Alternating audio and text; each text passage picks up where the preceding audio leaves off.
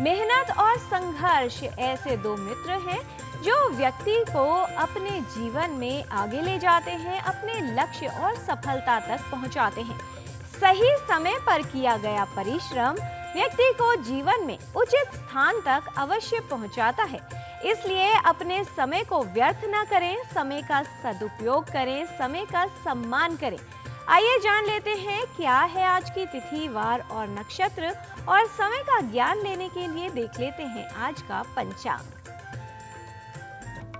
आज का पंचांग युगाब्द 5126, विक्रमी संवत 2081, शक संवत 1946, दक्षिणायन, श्रावण मास, शुक्ल पक्ष, एकादशी तिथि, शुक्रवार, मूल नक्षत्र।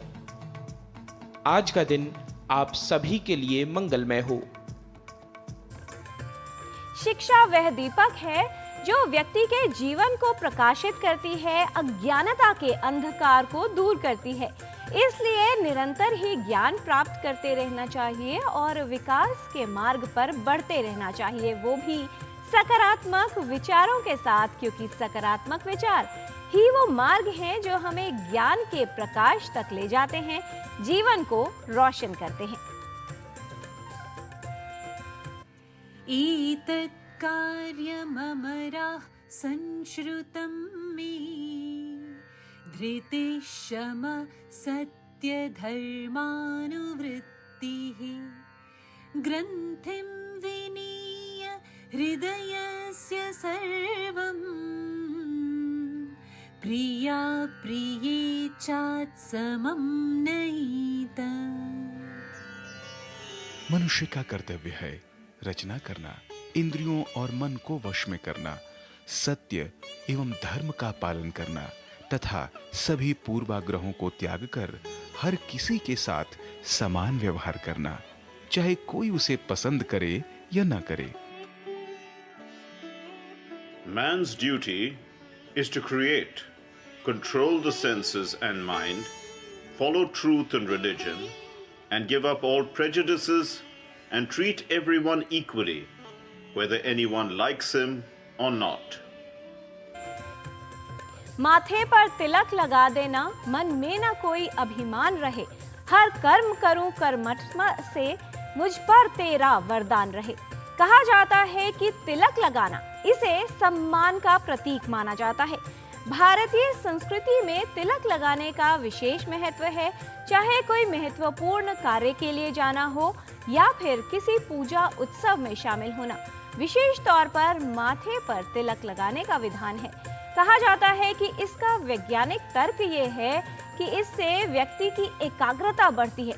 भारतीय परंपरा में तिलक का क्या विशेष महत्व है और क्यों लगाया जाता है तिलक, आइए समझ लेते हैं इस विशेष रिपोर्ट के माध्यम से।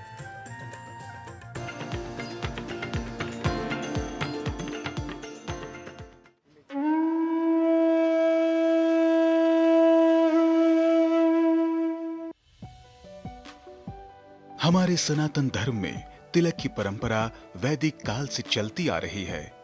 भारतीय सनातन परंपरा के पोषक ग्रंथों में तिलक का वर्णन विस्तार से किया गया है।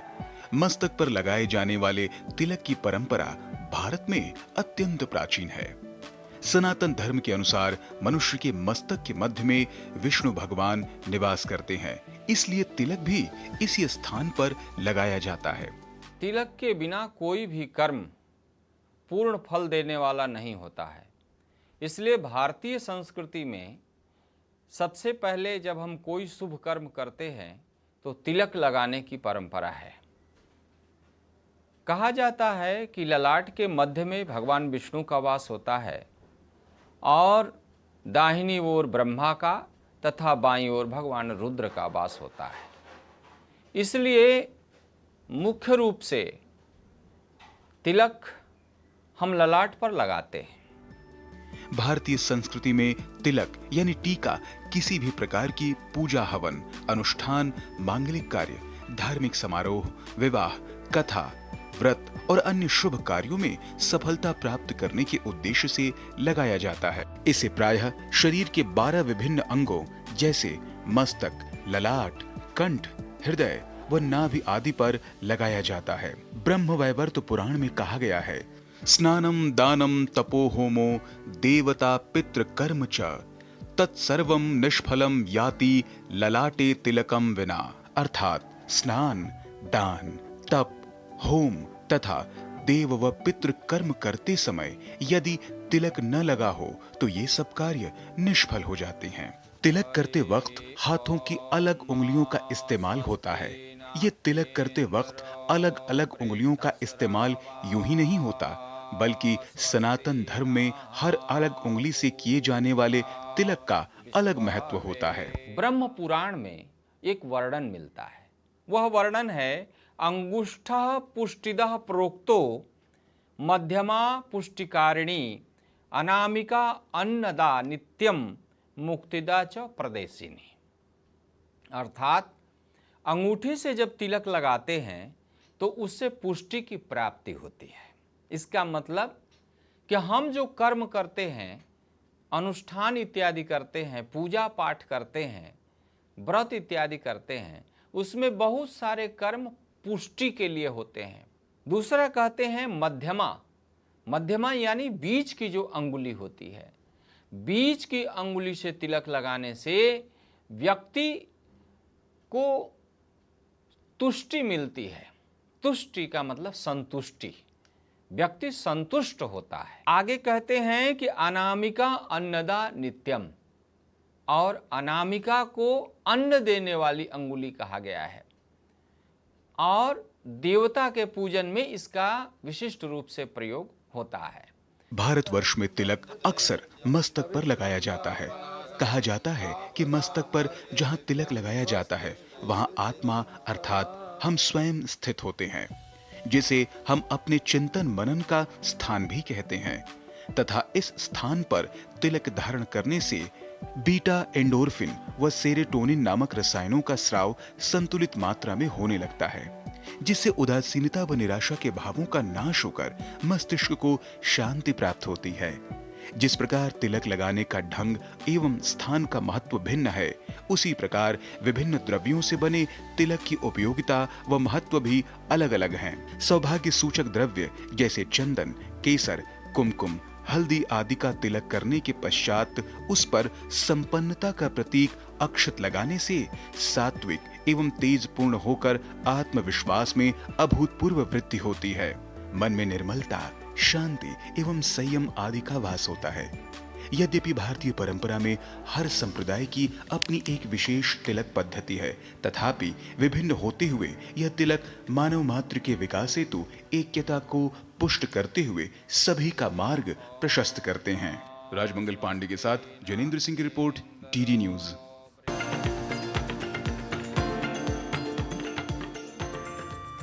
अगर अपने स्वास्थ्य को ठीक रखना है तो आवश्यक है कि योग को अपनी दिनचर्या में शामिल किया जाए। योग करने से वैसे तो सभी को लाभ होता है, चाहे बच्चे हों या बड़े, लेकिन बीमारियों के बचाव के साथ साथ बीमारियों को दूर करने में और हमें स्वस्थ रखने में भी योग का विशेष योगदान है। आइए समझ लेते हैं कि वो महिलाएं जो गर्भवती हैं, ऐसे में कौन सी योगिक क्रियाएं उनके लिए लाभकारी सिद्ध हो सकती हैं। नमस्ते, मैं पूनम चवेरी। आज हम बात करने वाले हैं कुछ योग आसनास जो हेवीली प्रेग्नेंट वुमन के लिए है। तो आइए शुरू करते हैं पहले आसन से, जो कि है तालासन, जिसके लिए हम लेंगे 1 feet distance between the feet. हाथ रखेंगे साइड में, सामने की ओर स्ट्रेट देखना है। इनहेल करते हुए हम दोनों हाथ और पैरों को साइमल्टेनियसली ऊपर करेंगे, हील्स ऊपर, दोनों हाथ स्ट्रेच करेंगे, एल्बो स्ट्रेट, सामने की ओर देखना है। एक्सेल करते हुए पाम्स को टर्न करेंगे, स्लोली हाथ और हील्स को साथ में नीचे लेके आना है। इसी को हम रिपीट करेंगे 3 बार।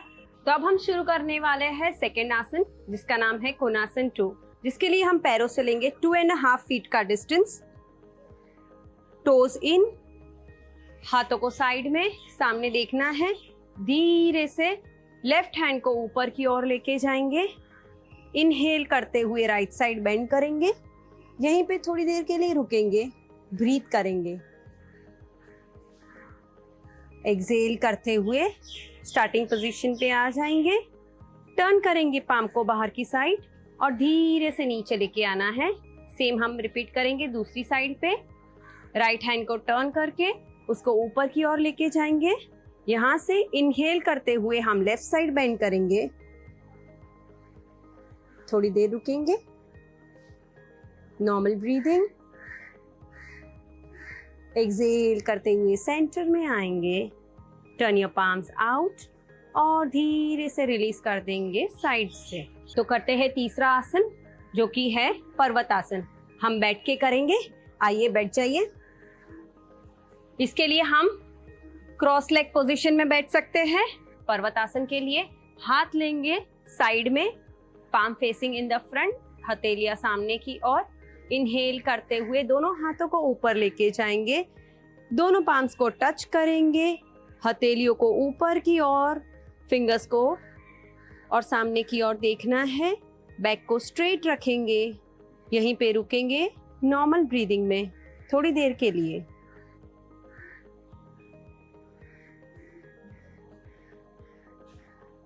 पाम्स को टर्न करेंगे बाहर की तरफ और स्ट्रेच मेंटेन करते हुए स्लोली उसको धीरे से नीचे लेके आएंगे और रिलैक्स करेंगे। ये था हमारा पर्वत आसन। तो जानते हैं कुछ प्रैक्टिकल टिप्स हमारी पूज्य गुरु डॉक्टर हंसा जी योगेंद्र से। नमस्कार। प्रेगनेंसी, वो भी 7वें 8वें 9वें की एडवांस महीने की प्रेगनेंसी, वहाँ अलग ढंग से ध्यान देना पड़ेगा। पहले तो रिलैक्सेशन की पोजीशन, उन्हें हमेशा सोने में साइड पर ही लेटना है, लेफ्ट साइड पर या राइट साइड पर लेटना है और तकिए को घुटने के नीचे, 2 घुटने के बीच में, गर्दन की तरफ पोजीशन देख लो क्या आपको सूट करती है, मगर साइड में लेते, पीठ पर पीछे नहीं। पीठ पर और पेट पर तो बिल्कुल नहीं। कोशिश यही रहे कि हम अच्छी नींद ले पाएँ। अच्छी नींद लेने के लिए रात को भी खाना थोड़ा हल्का सा हो, खिचड़ी टाइप, उसमें दूध हो, रात के दूध में वार्म मिल्क में थोड़ा हल्दी डाल दी जाए, वो भी बहुत अच्छा रहेगा। और फिर आगे जाके जब 9वां महीना शुरू हो जाता है तब तो 1 चम्मच घी भी दूध में डाल दिया जाए, गरम गरम दूध में, तो ये बहुत फ़ायदा करेगा। डिलीवरी के वक्त ताकत भी आ जाएगी। तो ये छोटी छोटी चीज़ें हैं। प्रॉपर न्यूट्रिशन, खुश रहना, मस्त रहना, आनंदित रहना ज़रूरी है। नमस्कार। जीवन में जिम्मेदारी यानी कर्तव्य व्यक्ति को और भी अधिक कर्मठ बनाते हैं, उसके जीवन में ठहराव लेकर आते हैं। मातृत्व भी एक ऐसा ही अनुभव है जिसमें गर्भावस्था की बात की जाए या शिशु जन्म के बाद शिशु के स्वास्थ्य और जीवन की विशेष जिम्मेदारी माँ पर ही होती है। इसलिए गर्भावस्था से ही अपने शिशु की देखभाल की शुरुआत करें। छोटी छोटी बातों का ध्यान रखें जिससे आपके शिशु का स्वास्थ्य बेहतर बने। समय का ठहराव जीवन में बदलाव लाता है। फिलहाल कार्यक्रम में समय हो गया है एक अल्प विराम का। जल्द लौटते हैं और आपको बताते हैं स्वास्थ्य के विषय में एक ऐसी जानकारी जो आपके स्वास्थ्य को उत्तम करने में और खतरे से बचाव में उपयोगी सिद्ध हो सकती है। आप देखते रहिए डीडी न्यूज़।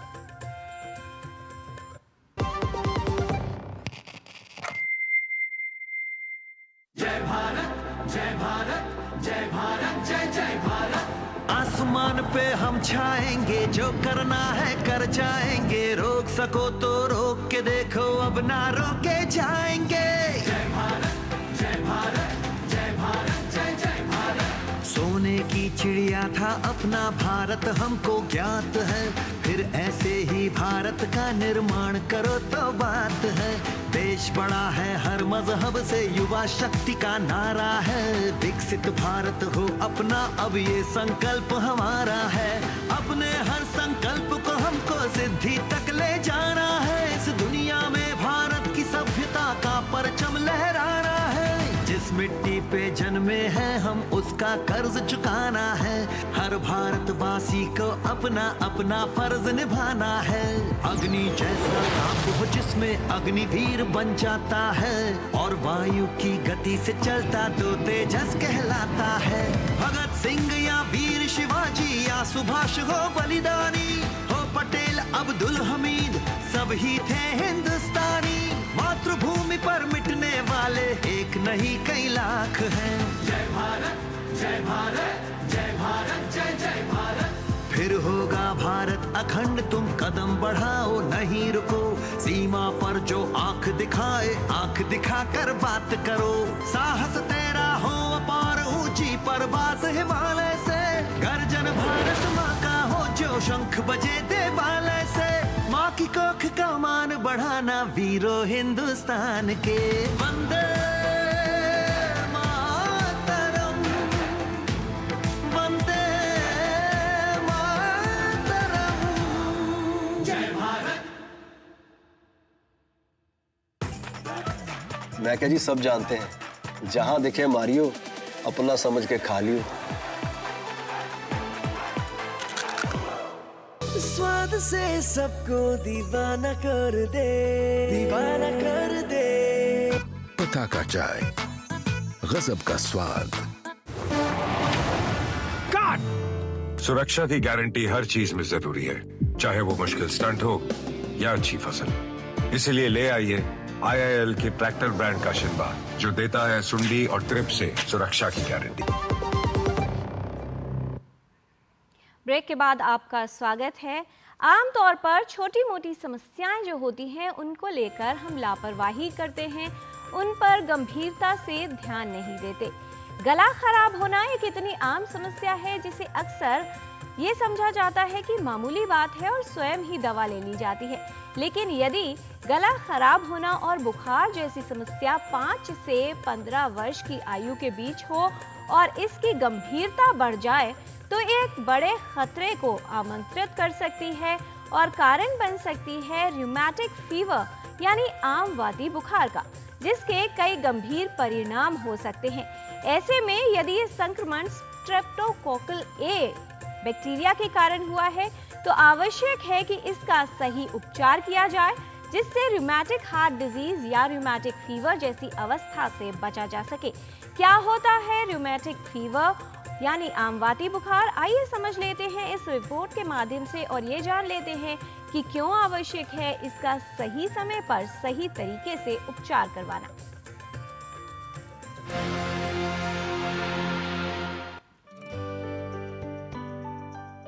रूमेटिक फीवर यानी आमवाती बुखार एक ऐसा रोग है जिसका सही उपचार न होने पर गंभीरता बढ़ सकती है और जटिलताएं उत्पन्न हो सकती है। रूमेटिक फीवर स्ट्रेप्टोकोकस बैक्टीरिया के संक्रमण के कारण होता है। आमवाती बुखार अक्सर 5 से 15 वर्ष की आयु के बच्चों को प्रभावित करता है, लेकिन छोटे बच्चों और वयस्कों में भी हो सकता है। जो स्ट्रेप्टोकोकस नाम का एक कीटाणु है ए, उसकी वजह से जो होंगे इन्फेक्शन गले के, उनमें ये दिक्कत पैदा होती है। ऐसे में बच्चे को बुखार आएगा, ऐसे में बच्चे को गले में दर्द होगा, खाना निगलने या पानी निगलने में दिक्कत होगी। ये जो गले के इन्फेक्शन हैं ये स्ट्रेप्टोकोकल हो सकते हैं, लेकिन फिर भी याद रखना है अधिकतर इन्फेक्शन वायरल होते हैं, लेकिन अगर ये लक्षण मिल रहे हैं तो ये बैक्टीरियल होंगे और इसके लिए आपको डॉक्टर के पास जाना बहुत आवश्यक है। अगर आप इस गले के इन्फेक्शन का उपचार नहीं करते हैं तो 2 हफ्ते से 3 हफ्ते के बीच में इस थ्रोट इन्फेक्शन का दुष्प्रभाव शरीर के विभिन्न अंगों पे पड़ता है, जिसमें सबसे ज़्यादा महत्वपूर्ण और परमानेंट यानी कि जो आगे जीवन को लिमिट करता है, जीवन की क्वालिटी को ख़राब करता है, वो दिल का इन्वॉल्वमेंट है। इसके अलावा जोड़ों का इन्वॉल्वमेंट हो सकता है, इसके अलावा दिमाग का इन्वॉल्वमेंट हो सकता है और इसके अलावा चमड़ी या कनेक्टिव टिश्यूज़ का भी इन्वॉल्वमेंट हो सकता है। कई कारक हैं जो आमवाती बुखार की संभावना को बढ़ा सकते हैं। अधिक भीड़ भाड़ वाले स्थान पर रहना, कुपोषण और साफ सफाई का ध्यान न रखना, इन सभी कारकों से ये संक्रमण होने की संभावना हो सकती है। आमतौर पर गले में संक्रमण होने के 2 से 4 सप्ताह बाद रूमेटिक फीवर के लक्षण उत्पन्न होते हैं। ऐसा होने पर जोड़ों में दर्द और सूजन, बुखार, सीने में दर्द या घबराहट महसूस होना, बेकाबू झटके लगना, त्वचा पर दाने और त्वचा के नीचे छोटे छोटे उभार या रैशेस हो सकते हैं। रूमेटिक फीवर हृदय, जोड़ों, त्वचा और केंद्रीय तंत्रिका तंत्र को प्रभावित कर सकता है, जिसके कारण कुछ लक्षण उत्पन्न हो जाते हैं। हर स्तर पे रूमेटिक फीवर या रूमेटिक हार्ट डिजीज का बचाव किया जा सकता है, जिसमें पहला स्तर है प्राइमरी प्रोफाइलैक्सिस, यानी कि गले में दर्द है, बुखार है, ऐसे में आपको डॉक्टर को दिखा के एक एंटीबायोटिक का कोर्स 7 से 10 दिन का जरूर करना है। उससे काफ़ी हद तक आप रूमेटिक हार्ट डिजीज़ यानी कि वॉल्व का परमानेंट डैमेज बचा सकते हैं। अगर आपकी डायग्नोसिस बन गई है, आपके वॉल्व इन्वॉल्व हो गए हैं, तो ऐसे में आपको हर 3 हफ्ते नहीं तो 4 हफ्ते पे आपका डॉक्टर आपको पेनिसिलिन के इंजेक्शंस के बारे में बताएगा और वो इंजेक्शन ज़रूर लगवाने हैं। और इसका इंजेक्शन लगवाने से कई हद तक आप रूमेटिक हार्ट डिजीज़ की सीवियरिटी को और प्रोग्रेशन को यानी कि आगे बढ़ने को रोक सकते हैं। रूमेटिक फीवर यानी आमवादी बुखार के लक्षण आ जा सकते हैं और उनमें बदलाव हो सकता है। इसके कारण जोड़ों में होने वाली समस्याएं जैसे दर्द और सूजन स्थायी नहीं होती, लेकिन यदि हृदय में सूजन हो तो वो स्थायी हो सकती है और गंभीर रूप भी ले सकती है। यदि रूमेटिक फीवर का सही इलाज न किया जाए या ये संक्रमण दोबारा हो जाए तो गंभीरताएं और जटिलताएं होने की संभावना अधिक होती है। आमवादी बुखार हृदय के वाल्व की समस्या का कारण बन सकता है। इसकी वजह से हृदय विफलता सहित लंबे समय तक चलने वाले हृदय क्षति हो सकती है। ओरल हेल्थ है उसको मेंटेन रखना है। जिन परिवारों में एक ही कमरे में काफ़ी लोग रहते हैं, ऐसे में स्ट्रेप्टोकोकल बैक्टीरिया का संक्रमण बहुत ज़्यादा होता है। जहां ओवर क्राउडिंग होती है वहां बहुत ज़्यादा होता है, जहां पुअर सैनिटेशन होता है, पुअर ड्रिंकिंग वाटर होता है, वहां बहुत ज़्यादा होता है। तो इन चीज़ों का ध्यान रखना है। साथ में बच्चे जब भी खाते हैं उन्हें आदत डालनी है कुल्ला करने की, ब्रश करने की, तो गले के इन्फेक्शन नहीं होंगे, आप स्ट्रेप्टोकोकल इन्फेक्शन से बच सकेंगे, आप रूमेटिक हार्ट फीवर का प्राइमरी प्रिवेंशन कर सकेंगे। सही उपचार से स्ट्रेप्टोकोकल बैक्टीरिया के संक्रमण को नियंत्रित किया जा सकता है। दर्द का उपचार करने में दवाएं उपयोगी हैं, साथ ही सही दवाओं और उपचार द्वारा इससे होने वाली जटिलताओं को भी कम किया जा सकता है। सही समय पर सही इलाज लें, जिससे आमवादी बुखार से होने वाली गंभीरताओं से बचाव किया जा सके। किरण भारद्वाज, डीडी न्यूज।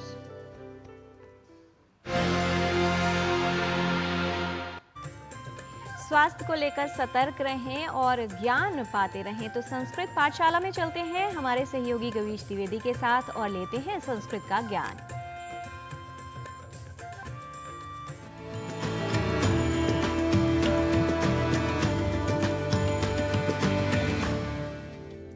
नमो नमः मित्राणि। भाषा प्रभागस्य एतस्यां संस्कृतकक्षायां भवतां सर्वेषामपि स्वागतम्। मम नाम गवीशः। हम कक्षा के क्रम में यात्रा के समय प्रयोग किए जाने वाले वाक्यों को सीख रहे हैं। शिक्षण के इसी क्रम को आगे बढ़ाते हुए आइए सीख लेते हैं कुछ और वाक्यों को। यदि हमें कहना हो अगला स्टॉप कौन सा है, तो कहेंगे अग्रिमं स्थानकं किम अस्ति। अग्रिमं स्थानकं किम अस्ति। क्या अगला पड़ाव हमारा है? यदि यह वाक्य हो तो इसे संस्कृत में कहेंगे किम अग्रिमं स्थानकम अस्माकम अस्ति। किम अग्रिमं स्थानकम अस्माकम अस्ति। ऐसे ही आगे चलिए तो संस्कृत में कहेंगे एवमेव अग्रे चलतु। एवमेव अग्रे चलतु। यात्रा के समय आपका बैग न मिल रहा हो तो प्रायः हम कहते हैं मेरा बैग कहाँ गया, तो इसे संस्कृत में कहेंगे मम स्यूतः कुत्र गतः। मम स्यूतः कुत्र गतः। आपने मेरा बैग देखा क्या? अपि भवान मम स्यूतं दृष्टवान। अपि भवान मम स्यूतं दृष्टवान। यदि वाक्य कहना हो यहीं पर तो रखा था, तो इसे संस्कृत में कहेंगे अत्र एव स्थापितम आसीत्। अत्र एव स्थापितम आसीत्। वाक्य यदि कहना हो यहीं कहीं होगा, ढूंढते हैं, तो संस्कृत में कहेंगे अत्र एव कुत्रचित् स्यात् अन्वेषणं कुर्मः। अत्र एव कुत्रचित् स्यात् अन्वेषणं कुर्मः। यदि कहना हो वहां है, तो कहेंगे तत्र अस्ति। तत्र अस्ति। यहाँ किसने रखा? यदि यह वाक्य हो तो संस्कृत में बोलेंगे अत्र केन स्थापितः, अत्र केन स्थापितः। यदि कहना हो मैं नहीं जानता तो संस्कृत में बोलेंगे अहम न जानामि, अहम न जानामि। किसी और को पूछो तो संस्कृत में बोलेंगे अन्यम कमपि पृच्छ, अन्यम कमपि पृच्छ। मैं अभी ही आया हूं, अहम तु इदानीम एव आगतः, अहम तु इदानीम एव आगतः। यदि वाक्य हो पैसा संभाल कर रखो तो कहेंगे धन विषये जागरूको भव, धन विषये जागरूको भव। कैसी ट्रेन है यह? यदि यह वाक्य हो तो कहेंगे कीदृशम रेलयानम एतत्, कीदृशम रेलयानम एतत्। मैं इस ट्रेन से कभी नहीं जाऊंगा। यदि यह कहना हो तो कहेंगे अहम एतेन रेलयानेन कदापि यात्रां न करिष्यामि, अहम एतेन रेलयानेन कदापि यात्रां न करिष्यामि। वाक्य यदि हो यह मेरी सीट है तो संस्कृत में कहेंगे एतत् आसनम मम, एतत् आसनम मम। आसनम या स्थानम कुछ भी प्रयोग यहाँ कर सकते हैं। मेरी टिकट पर भी यही सीट नंबर है। यदि यह वाक्य हो तो संस्कृत में बोलेंगे मम चिटिकायाम अपि आसनक्रमः एषः एव, मम चिटिकायाम अपि आसनक्रमः एषः एव। अपनी टिकट दिखाइए, कृपया स्वचिटिकां दर्शयतु, कृपया स्वचिटिकां दर्शयतु। मित्रों, इन वाक्यों को आप कहीं संजो कर रख लें और इनका वाचिक अभ्यास करते रहें। वैसे इस प्रकार के ही कुछ और वाक्य आप भी बना सकते हैं। वाक्य निर्माण में सहयोग के लिए आप सोशल मीडिया अर्थात जनसंचार माध्यम के द्वारा हमारे साथ संपर्क कर सकते हैं। मित्रों, आज की कक्षा को यहीं देते हैं विराम। अग्रिम कक्षा में पुनः मिलिष्यामः। भूयात् तावत् शुभम मंगलम।